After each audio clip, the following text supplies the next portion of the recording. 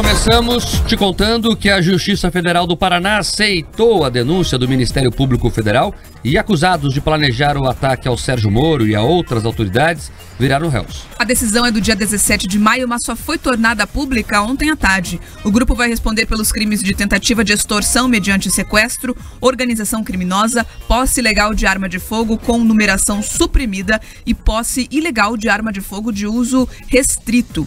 Viraram réus Sidney Rodrigo Aparecido Piovesan, Reginaldo Oliveira de Souza, Patrick Wellington Salomão, Oscalina Lima Graciotti, Jeneferson Aparecido Mariano Gomes, Eric da Silva Soares. Também virou réu nesse processo Emily Adriane Matias Abrantes, assim como Franklin da Silva Correia, o Claudinei Gomes Carias, Cíntia Aparecida Pinheiro Melesque, Aline de Lima Paixão e também Aline Ferri.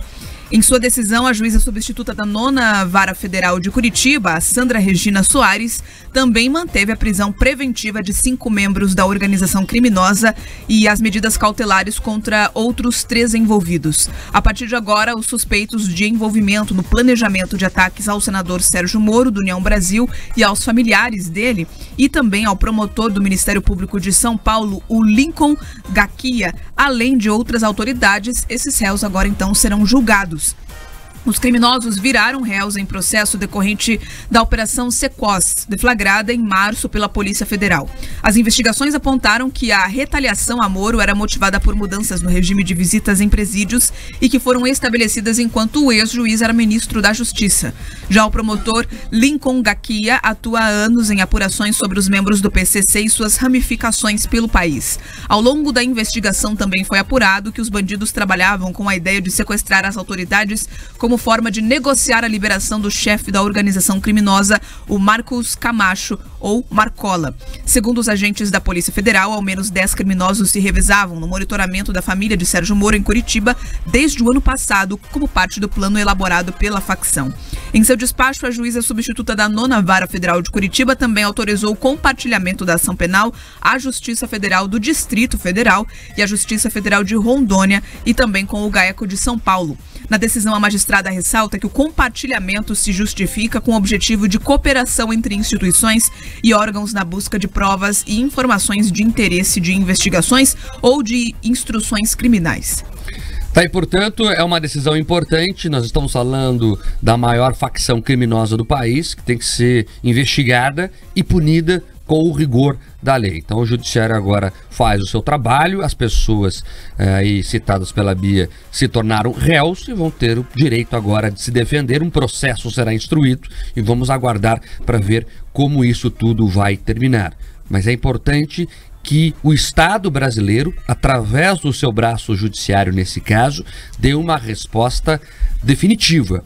Não se pode aceitar que no Brasil grupos criminosos ameacem autoridades. Eu reforço aqui, esqueçam os CPFs, esqueçam que é o Gaquia, que é um bom promotor lá de São Paulo, esqueçam que é o Sérgio Moro, que é o senador da República, esqueçam os CPFs. Aqui estamos falando da instituição Estado brasileiro, que tem que responder a quem se compara a um Estado paralelo, que é o PCC, né?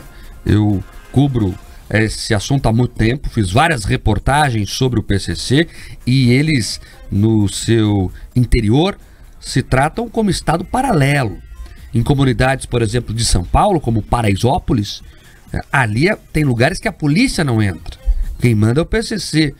É o absurdo seguinte, quando a dona de casa tem o botijão de gás roubado, furtado, Pedroso, ela não liga para a polícia. Ela não faz 190, ela liga para o traficante da biqueira mais próxima. E ele resolve a situação. Nos grupos do PCC, um manda pro outro, dizendo, aqui tá aqui o irmão agradecendo a Irmandade, o partido, eles chamam de partido internamente, porque recuperamos o carro dele. Isso é inadmissível.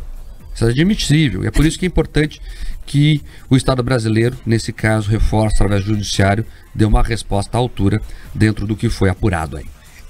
É fundamental que essa resposta aconteça e aconteça com força por alguns motivos. O primeiro deles, para desmontar a narrativa do chefe de plantão ali no executivo, que fez piada, que fez troça, que considerou inclusive que existiria uma armação entre as vítimas desse caso né, o promotor, outras autoridades, o Sérgio Moro, que teria ali um conluio da Polícia Federal para tentar de alguma forma beneficiar politicamente certas correntes de pensamento do Brasil. Então, fica desmontada essa ideia, inclusive agora com o processo andando, tendo a oportunidade de defesa ali dos acusados, você percebe que aquela narrativa que tenta perseguir a todo momento os agentes da lei, ela cai por terra. Então, esse fator já seria importante por esse avanço. E tem uma outra questão. Quando você pune esses elementos que tentam de alguma forma intimidar ali as autoridades judiciais, as autoridades policiais, você possibilita que outros também tenham coragem, tenham a audácia de perseguir esses bandidos. Porque quando eles têm essa característica de perseguir, sequestrar, ameaçar de morte, muitas vezes matar, é um caráter intimidatório. Porque eles não querem que nenhum promotor, nenhum juiz, nenhum policial tenha coragem de enfrentá-los. Então eles tomam esse tipo de atitude, opa, agora ninguém vai mexer com a gente. Então é importante que o Estado responda com força. E mais do que tudo isso, precisa desmontar esse tipo de organização. Se o ministro da Justiça tem a liberdade, Marque, ouvinte, de entrar nas mais diversas comunidades, que ele utilize então essa inteligência que ele tem, esse conhecimento, essas boas relações, para ajudar ali a Polícia Federal, que é subordinada ao Ministério da Justiça, a conseguir investigar e desmantelar. Porque o Estado brasileiro não pode virar um narco-estado como já foi a Colômbia. Não pode, já que ele convive com outros bandidos internacionais, mas dentro das nossas fronteiras isso é inadmissível. Então, que sejam punidos e quem sabe aquela medida proposta no Senado que endurece a pena para quem planeja esse tipo de crime contra agentes políticos avance, porque a gente tem que proteger quem luta contra esses marginais.